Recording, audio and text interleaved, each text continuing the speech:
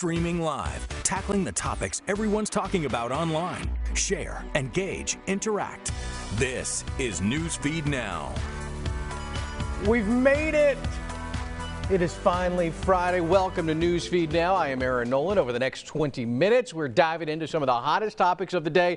That's why I have 4 screen devices in front of me right now. iPads, iPhones, MacBooks, they're all here.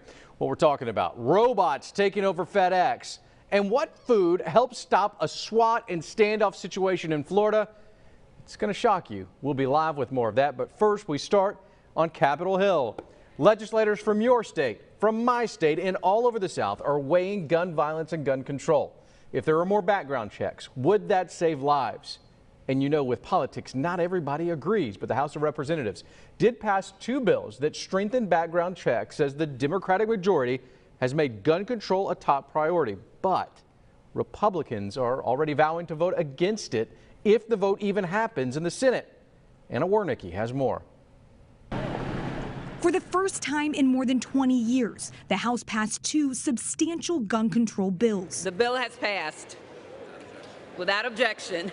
On Wednesday, the Democratic majority and a handful of Republicans approved H.R. 8, which requires background checks for virtually all firearm sales. The bill's author is California Democrat Mike Thompson. This will not stop every death, but it will stop some. But Virginia Republican Ben Cline says the bill will not save lives. Gun control measures do not address the problems of gun violence, and this bill will not address gun violence. The bill is passed. On Thursday, the House passed a second gun control bill to close the so-called Charleston loophole. It's named for the 2015 church shooting in South Carolina, where a gunman killed 9 people. The gunman had a criminal record but was able to buy a gun because the background check took longer than 3 days. This bill would extend the review period to 10 days. The 2 bills are headed to the Senate, where Republicans have already said they won't support them. I think it makes law-abiding citizens criminals, and that's wrong. Florida Republican Senator Rick Scott says it would put an unnecessary burden on gun owners. You should be able to, as a law-abiding citizen, own your guns and not worry about allowing, another family member to use them. President Donald Trump agrees. He vowed to veto both bills if they make it to his desk. All right, let's go live to Washington, D.C. now. Anna joins us. Anna, I know there's a lot of discussion on this question, on this topic, but is this really going to save lives, this legislation? Is that the belief there in Washington? That is definitely the belief among Democrats. They're saying that it's not going to save all lives, but it's going to do something. It's going to save some lives, and they're saying that any life worth saving is, they should pass legislation to do just that. But Republicans are saying it's not really addressing the problem. So I guess it's really coming down to, Republicans saying it's not going far enough technically and not really addressing the gun violence problem, but Democrats are saying any life is worth saving. Is this just kind of keeping the cogs of politics running if the Democrats know that the president would veto this bill if it went to his desk? Well, it's not even just getting to the president's desk. It still has to get through the Senate, and the Republican-controlled Senate is saying they don't like both of these bills. They're saying that they're not going to support them. They're saying it puts a burden on gun owners and it violates the Second Amendment. And so even before it gets to the president's desk, the House is very aware that the Senate has said that they don't support it. So it has to get through the Senate first, which is very unlikely at this point. What's the problem for the Republican base and for those who oppose this? What's the issue that they're standing on in the possibility of having additional background checks for purchasing a gun? It's their base. I mean, Republicans, a lot of them are supported by the NRA, and a lot of their constituents are gun owners. And so they have to appeal to those people in order to get reelected. And so it really kind of, that's, I'm sure, in the back of many of their minds as they're voting on these bills. What about Democrats? What are they saying about the right to bear arms? They're saying that it's not really about the right to bear arms. It's about saving lives. Back to that point, they're saying every life is worth saving. So even if it doesn't stop every death, it will stop some. Anna Warnicki reporting. Anna, are you just that popular that you've got an Uber driver just driving you around D.C. there? I'm heading back from an interview, so that's why I'm doing this. All right, Anna, thanks so much. Have a great weekend. We appreciate it. For many families, there's nothing quite like bringing new life into the world. childbirth. It's an amazing thing. I have held my wife's hands twice as our daughters were born. But outside of the joy of baby, there's the reality of the body. Giving birth hurts, I've been told, and it's a difficulty level I'll never fully understand. Many women are left with pains for days, months, maybe even years. And if a C-section is involved, it's even tougher. For doctors, they know these women need medications, but sometimes those postpartum pain prescriptions can be tough to quit. Chelsey Helms has our story. It's easy to fall down that rabbit hole. With new life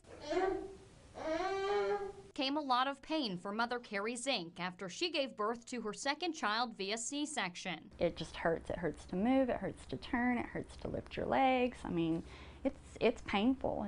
Dr. James W. Gorman says it's a major surgery. Cesarean section involves not only disrupting the skin and separating the muscles, but also manipulating the internal organs and then putting them all back together.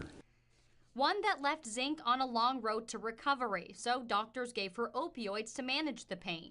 I want them to feel good enough to be engaged with the baby, but at the same time, if they take too much of it, or if they happen to become dependent on it, it can ruin their life. She'd later learn it wasn't just the physical pain she'd have to overcome, but also mental. It was the very next day that my brother had passed away. Zink's brother was killed in a crash, he himself high on pills. He fell asleep at the wheel because he had so much in his system. She was soon released from the hospital, bringing home new life while mourning another. I remember, going through the funeral and all of that and just not being in the right frame of mind at all. And I went through that bottle pretty quick. Zink started using the drugs to numb everything, from her mind to the wounds left behind from birth. My brain thought I was still in pain, A woman who had never abused drugs in her life. In my head, I was telling me, you need these, you need these, you need these. Now being controlled by the pills. Her newfound reliance, Dr. Gorman says, isn't so unusual. Data shows that about 1 out of every 300 women who have not taken prescription narcotics before will become addicted with their very first prescription. Not yet recognizing she was the statistic, Zink called her doctor and asked for more. So I filled my prescription. I took maybe 1 or 2, and then I was like, I don't need these, and so I flushed them. Putting the pills in her past. I didn't see it at first. It took me about a week before I really realized that this was his problem, and here I am doing the same thing. Catching herself before she fell even deeper down the rabbit hole. My children deserved better, my husband deserved better, my brother deserved better. All right, Chelsey joins us now from Northwest Arkansas. She's a reporter there in Fayetteville. Chelsey, thanks for joining us here on Newsfeed Now. You're talking about rabbit holes, and obviously opioids, it's a medication that can be helpful, but in so many cases, it can also be hurtful. In your research of this story, how difficult was it for the folks you talked to, for the doctors that you've talked to separate those two, because they are they're two distinct, different things? Well, I think in my story you heard that the mother had the most time trying to separate the difference between mental and physical pain. And that's really tough when you're going through a hard experience in life, and then you also actually have that physical pain. So for the mother, it was extremely difficult to separate the two. For doctors, they say they're only supposed to prescribe it for a short period of time. So the doctor I spoke with said, after the first prescription, oftentimes they're not going to prescribe a mom that added bottle because they don't know as if they actually need it after that first bottle. All right, so let's go back to your story and the woman you talked to. This was a woman who was prescribed these pain meds for childbirth and then for a horrible tragedy that happened as well, correct? Right. Yeah, her brother died in a car crash. He himself high on pills the day after she gave birth. Certainly a tragic situation. It's scary enough giving birth as a new mom, I'm sure. So then to have this tragic situation happen just the day after, she was going through quite a lot. All right, so this is a two-part series. We're only able to show one of those right now. We'll put the other one on our website. Tell us about what happens in part 2. So in part 2, I spoke with a mother, and I'll let you know, this was only supposed to be a 1-part series, but I spoke with 2 women whose stories were so compelling. The second mother, she couldn't make that decision to flush the pills down the toilet. Ultimately, she got addicted and ended up losing custody of her child. So now 3 years later, she's still suffering the consequences from that addiction, and now she still, her child lives with her mother. She does have a second child, and luckily enough for her, she was able to kind of get over that addiction. But yeah, it's just a scary situation. I'm sorry, my cat is crawling into the frame here. That's okay. That's okay. This is live. This is what happens on a show like this. You want to introduce your cat? I mean, we've wrapped up with your story. Let's meet your cat. How about that? This is Moxie. Okay. Moxie wants to be a star today. Well, Moxie is the first cat that we have seen on Newsfeed Now. So, Moxie, welcome. We'll just call her the inaugural pet of Newsfeed Now. The inaugural pet. All right, Moxie. But no, thank you for sharing these stories. I think it's really important because when we did this series, it was about the person you don't expect to become addicted to opioids. It's the person in the grocery store next to you. It's your mom. It's my sister. It's just something so important to highlight. Absolutely. Chelsey, thank you so much for taking the time, and tell Moxie to have a great weekend. You as well. I will. All right, Chelsey, we appreciate it. Growing up, robots were only in galaxies far, far away. C-3PO and R2-D2 were just imaginary characters. But as the 21st century began, the robot revolution was in full swing. How many of you guys talk to Alexa each and every day? Yesterday, just yesterday, I was in McDonald's. They've got unmanned places to order your food. There's nobody standing around. What about those robot vacuum cleaners? It seems every day there's a new wave of bots. Starting this summer, FedEx is planning to deliver via robot. Broder has the story. This is an autonomous delivery vehicle that will absolutely change the face of local delivery, particularly into residential areas. No, this isn't a scene from a science fiction movie. It's a glimpse into the future of how FedEx plans to deliver certain products to your door. This is an entirely new business opportunity for us, and the bot enables us to serve an unmet need that simply wouldn't be possible with a traditional van and a traditional driver. In June or July, FedEx plans to roll out these robots in Memphis and other markets. They'll partner with retailers like Pizza Hut, Walgreens, and Walmart and focus on deliveries where store and home or office are within 1 mile of each other. It truly is a new way of solving the local opportunity. Megan Nichols, who covers FedEx locally for the Memphis Business Journal, said these bots will push the company into a new arena for same-day service. It's something very innovative for FedEx. They're hoping it will be somewhat of a disruptor in the e-commerce on-demand delivery space. Nichols believes the robot technology won't cut human FedEx delivery jobs, but actually expand careers in other areas. This is a space they're not really in right now, so they see it as a growth opportunity because they're going to need people to oversee the technology, some of the design components. All right, let's bring in Broder. Brad, you're a rookie here on Newsfeed Now. Thank you for taking the time. And this is really you. This is not the robot version of you, right? No. Unlike the FedEx same-day bot, which is being rolled out in June and July in some select markets, including Memphis, where FedEx was based and founded about 45 years ago. It's a real exciting opportunity for FedEx. They really want to get into kind of the same-day delivery system, and this is really intended for those kind of last-minute, same-day deliveries, and they're trying to kind of work with stores that are within about a mile, less than a mile within a home. So as it stands right now, they're going to partner with the institutions like AutoZone, even Pizza Hut. So maybe you live within a mile of an AutoZone store. This robot will get whatever you're ordered, load it up, and then it'll roll down curbs and sidewalks. But we're talking about a close proximity. You can't be out in the country 20 miles from your closest Dollar General and expect FedEx to drop your cereal to you. Yeah, if you were like in the other side of the river in Memphis, to West Memphis, it would not deliver. But this is really just meant for kind of that, to help with helps the environment. You don't have a delivery driver with a car driving in and out.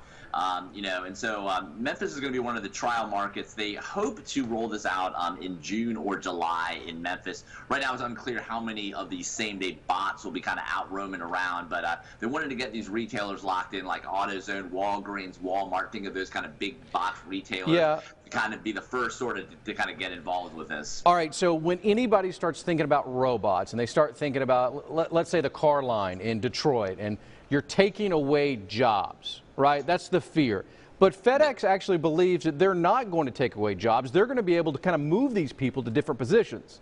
Absolutely right, and grow into new industries as well, because that in a way, this is just FedEx adding to its delivery capacity. So this is more goods that can be shipped through FedEx.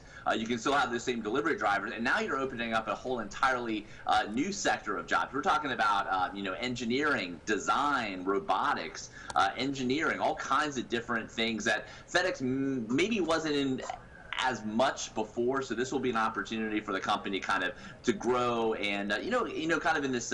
They want to kind of get in this market. I talked with an expert from the Memphis Business Journal, kind of talking about how this is maybe can be sort of a sign to be a disruptor in the same-day delivery market, competing with giants like Amazon and others. So this is a kind of a new opportunity for FedEx to try to do this. The FedEx office president CEO said, "This isn't something out of a science fiction movie." Sounds like it.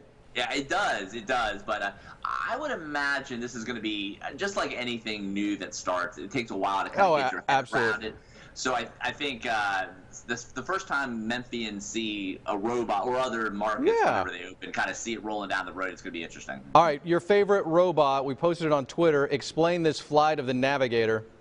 So not to date myself, but I was a young child when that movie came out in 1986. Oh, I thought this was you. I thought this looks just like you. Something about that movie, Flight of the Navigator, I just loved. You like it? I loved the robot, and then they talked in all the languages. Then he sat down and did the thing. I just love Flight of the Navigator. Well, I've got Short Circuit on mine. That was a fun movie. You can't go wrong with C-3PO, right? No. You can't go wrong with that. There's a great 80s movies. Great. Can't go wrong. But what about the iRobot movie with Will Smith? Will Smith that movie? Was a bad robot. That's not the robot FedEx wants. No. This is more of a even in Flight of the Navigator, that scene where he's in the hospital and then that robot, that nurse was. Man, you were all up on this movie, Brad. My goodness. I love Flight of the Navigator. All right, man. We got to let you go. We're running out of time. Thank you for taking the time. We appreciate it. There in Memphis. Thanks, buddy. And if you want to interact with us, I'd love to know what your favorite robot is. Use the hashtag Newsfeed Now. Moving on to our final story. I know this statement is 100% a fact. There's power in pizza. Never has that been more evident than this week in Pensacola, Florida, when police needed a pie to get out of a SWAT situation. Cody Long has the story. Take a look at this picture. Pensacola police reenacted it all on Facebook today. Crisis negotiators were able to end a standoff with Evan McLemore by having a pizza delivered. It was really random, we were not expecting that. Assistant Manager Ruben Marrero said they got a call from police officers yesterday letting them know their pizza helped, and they were happy to hear the news. It was pretty cool that our pizza was able to bring a peaceful solution to a situation. That situation was tense for hours at this home on Durango Circle. McLemore was arrested after being locked in his brother's room with a gun. He told police he did not want to go back to prison. He refused to come out after being told several times, but a hot slice of pizza did the trick. Pizza's a great thing. People love pizza, and it just further shows how pizza's a nice solution to a lot, and that anyone can just go for a slice of pizza here and there. Goes with our motto here, Love, Hope, Pizza, Love, Hope, Pizza, and Cody coming to us live from Alabama. Mobile, very close there to Pensacola. Cody, you get the call that pizza ended a standoff. What's the gossip around the newsroom when you get that call? The most important question, of course, in the newsroom is, what kind of pizza was it? Yeah. That's all that anybody cared about, because, newsroom people are so judgmental when it comes to food. Everybody, they were split. It's like when we found out that it was Hungry Howie, some people said, I would have just stayed in the room. What flavor was it? What was the toppings? I wish I knew. We don't know? Okay. Pensacola Police Department, they posted on Facebook, they said, we cannot confirm nor deny if there was pineapple on the pizza. Well, So that's another question. Hey, that's a whole nother debate, whether there's pineapple on pizza or not. We're not going to get into that one. No. Okay, but for real, though, from the SWAT team that was there, from the investigators that was there, how rare is this? It is pretty rare because, you know, they respond to SWAT standoffs quite often. We cover them all the time, but we never hear about something like this where someone is demanding pizza. But, you know, obviously they train for these types of situations. And so a lot of the police have told me that they just, in those situations, they got to listen to what the person is saying, and they got to do everything they can to ensure that everybody is going to be safe. All right, so let's talk about this mugshot. I've got it pulled up right here. Why was this guy held up in a location, and what could he be facing? So the call originally came in as an assault or an attempted assault. Okay. And so there's a backstory here, too, where he is also charged with harassing his stepmother and harassing another woman there. And this was happening in the house with her. And so she ran out and had to call police. And then he wouldn't come out. He had a gun in the room with him. So for several hours, they were out there just constantly telling him to come out of the room. They didn't know who was in there. They had a feeling it was just him. They knew he had a weapon. And then obviously after 3 or 4 hours, that's when they just had to do what they had to do. And was anyone hurt? In there. I'm sorry? Was anyone hurt?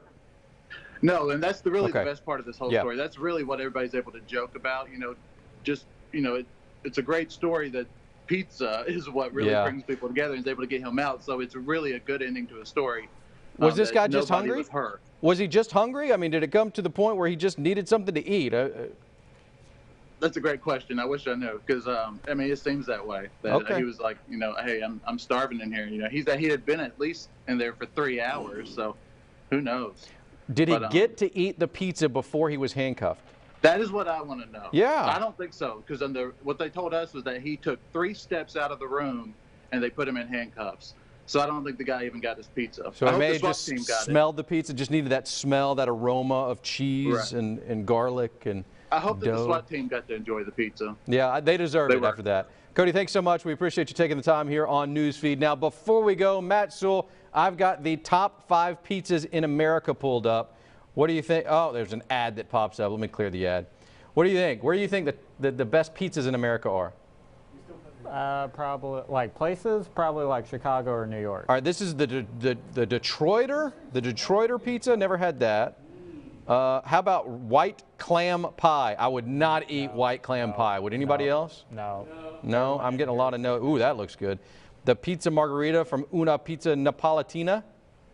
Would you try that one, Matt? Yeah, well, it might kill me. I'm allergic to tomatoes. So. Oh, well, okay, there we go. From Pequod's Pizza, the Italian sausage pan pizza. That looks Chicago style, right, guys? It's got the sauce on top. All right, and the #1 pizza in America is a mushroom and pepperoni pie from Totonno's Pizzeria Napolitano. This is according to Food Network. Anybody ever had that? Tweet me and let me know. I've never had that pizza, but I'm all about a good pie, and apparently there is power in a pizza pie. That wraps up our news feed now for this week. It's finally Friday. We get a weekend. I hope yours is fantastic. Go enjoy yourself out there on the weekend. Have fun. Be safe. That's Steve, my buddy who thinks breakdances is coming to the Olympics, and he is going to breakdance his way to Tokyo 2020. We're out of here. See you guys.